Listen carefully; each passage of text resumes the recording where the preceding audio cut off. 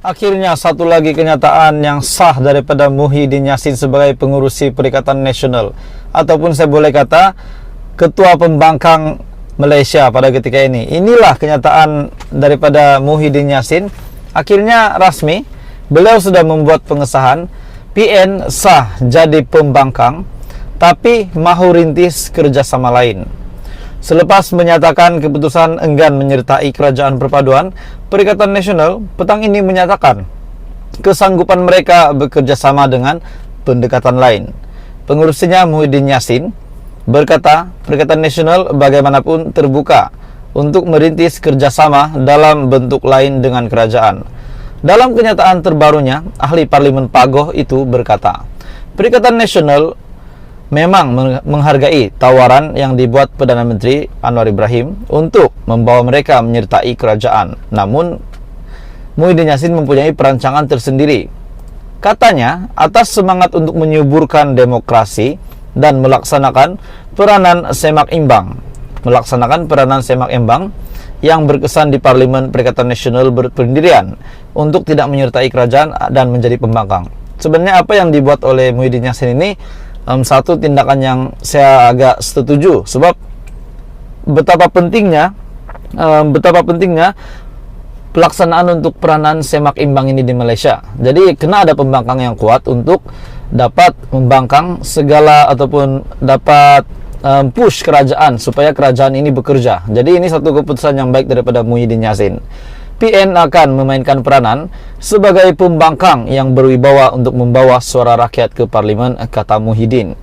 Tambah bekas Perdana Menteri itu lagi, PN juga akan memastikan perjalanan urus tadbir yang baik serta berintegriti selaras dengan dasar mereka, yaitu prihatin, bersih dan stabil.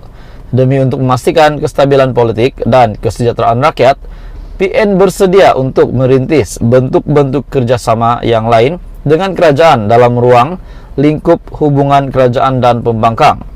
Kenyataan ini memberi gambaran bahawa Perikatan Nasional bersedia mencari persefahaman dengan Putrajaya melalui kaedah perjanjian kepercayaan dan perbekalan CSA yang pernah dimeterai Pakatan Harapan bersama Perdana Menteri terdahulu Ismail Sabri Yaakob. Jadi ini adalah berita terkini daripada Perikatan Nasional dan kenyataan sendiri daripada Muhyiddin Yassin, dan saya boleh katakan selaku Ketua Pembangkang pada hari ini.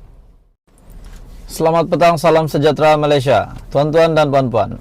Akhirnya Zahid buat pengakuan yang pasti buat anda terkejut. Zahid Hamidi akhirnya buat pengakuan ini.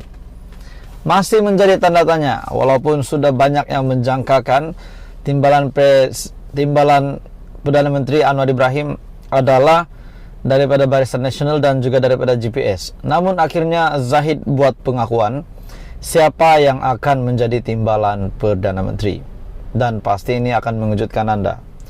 Zahid akhirnya buat kenyataan ini. Daripada biharian.com, Zahid tentukan siapa timbalan Perdana Menteri isi kuota Barisan Nasional dalam Kabinet Anwar.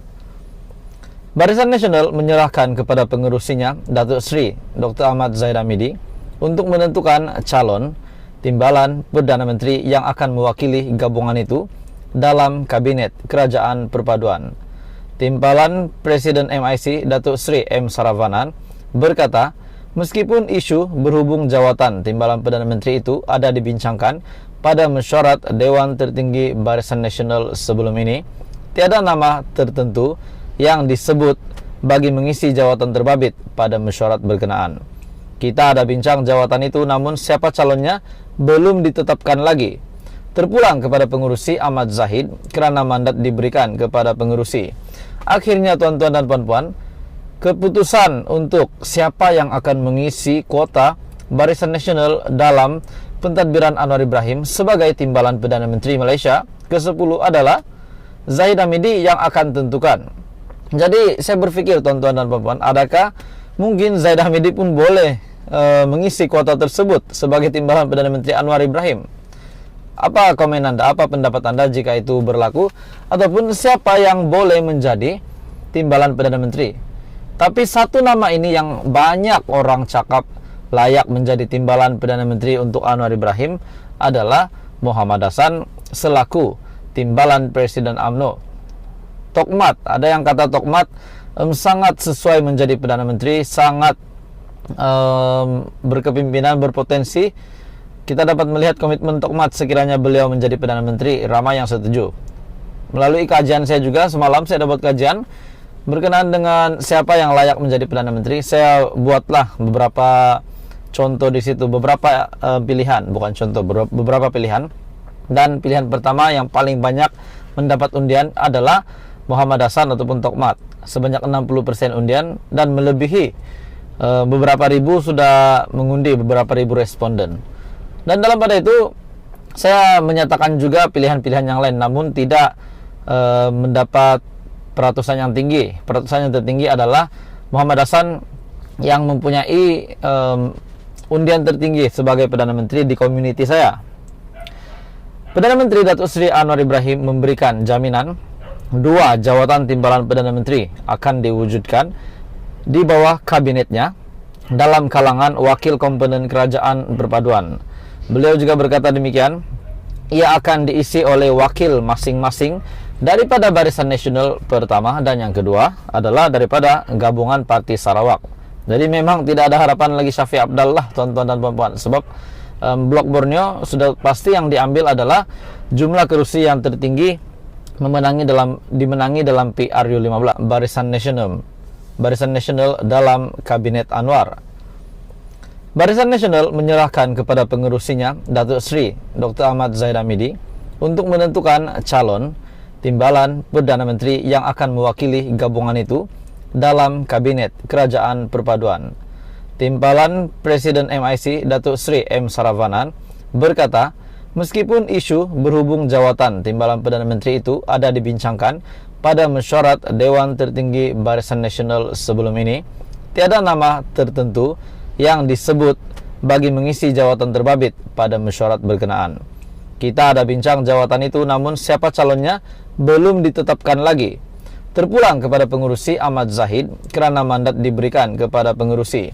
Akhirnya tuan-tuan dan puan-puan, keputusan untuk siapa yang akan mengisi kuota Barisan Nasional dalam pentadbiran Anwar Ibrahim sebagai timbalan Perdana Menteri Malaysia ke-10 adalah Zahid Hamidi yang akan tentukan.